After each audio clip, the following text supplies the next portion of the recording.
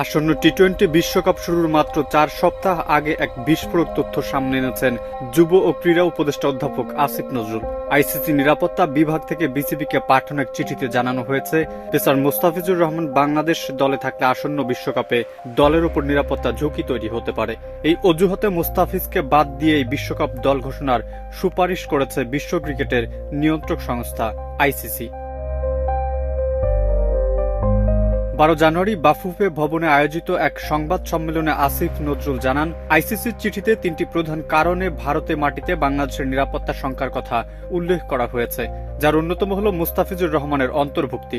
সম্প্রতি আইপিএল থেকে মুস্তাফিজকে বাদ দেওয়ার ঘটনায় বাংলাদেশে তীব্র প্রতিক্রিয়া সৃষ্টি হয়, যার জেরে অন্তর্বর্তী সরকার দেশে আইপিএল সম্প্রচার বন্ধ করে দেয়। আইসিসির দাবি, এই উত্তপ্ত পরিস্থিতিতে মুস্তাফিজের উপস্থিতি নিরাপত্তা ঝুঁকি আরও বাড়িয়ে দেবে। এ প্রসঙ্গ এনে আসিফ নজরুল জানান, আইসিসি যদি আশা করে সেরা বোলারকে বাদ দিয়ে দল দেব, নির্বাচন পিছিয়ে দেব, এর চেয়ে হাস্যকর, উদ্ভট, অযৌক্তিক কথা আর হতে পারে না।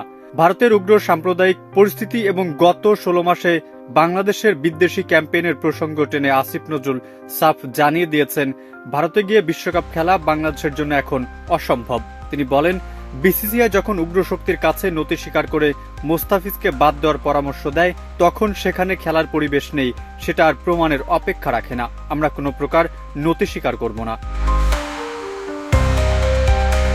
বিসিবি ইতিমধ্যে শ্রীলঙ্কার ম্যাচ আয়োজনের জন্য আইসিসির কাছে লিখিত আবেদন জানিয়েছে। যদিও গুঞ্জন রয়েছে, আইসিসি ভারতের ভেতরে চেন্নাই বা তিরুবনন্তপুরমকে বিকল্প ভেন্যু হিসেবে প্রস্তাব করতে পারে।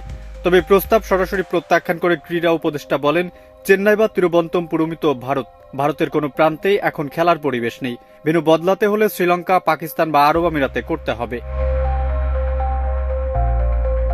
আইসিসি সত্যি একটি গ্লোবাল অর্গানাইজেশন কিনা, নাকি তারা ভারতের কথায় উঠে বসে, তা এখন বড় প্রশ্ন বলে মন্তব্য করেন উপদেষ্টা। তিনি আরও জানান, আইসিসি থেকে পাঠানো নিরাপত্তার ঘাটতি সংক্রান্ত সেই চিঠিটি শীঘ্রই জনগণের সামনে প্রকাশ করা হবে।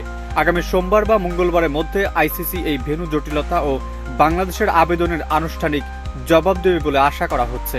মোস্তাফিজকে বাদ দেওয়ার এই অদ্ভুত সুপারিশ এবং ভেন্যু নিয়ে বিসিবির অনড় অবস্থান শেষ পর্যন্ত কোন দিকে মোড় নেয়, সেদিকেই তাকিয়ে আছে গোটা ক্রিকেট বিশ্ব।